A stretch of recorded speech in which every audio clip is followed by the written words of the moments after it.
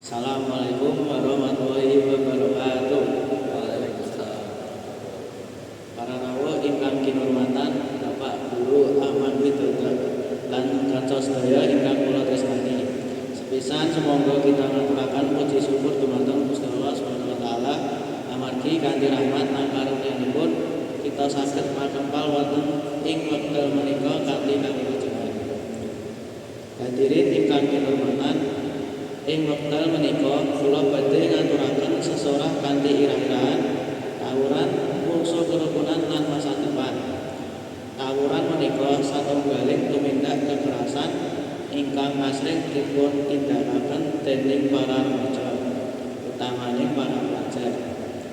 Alasanipun kadangkala namung prakara sebagai kados salah paham, ejekan utawa gengsi.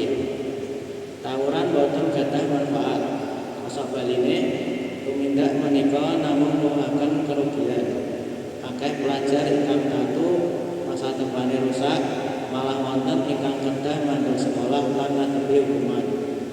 Tawuran ugi ngerusak kerukunan antar sesami lan nglarani ati tiyang sepuh saka para guru. Para panca ingkang kula tresnani, minangka generasi enom kita kedah saged ngandaleni emosi lan migunakaken akal sehat ing wonten masalah.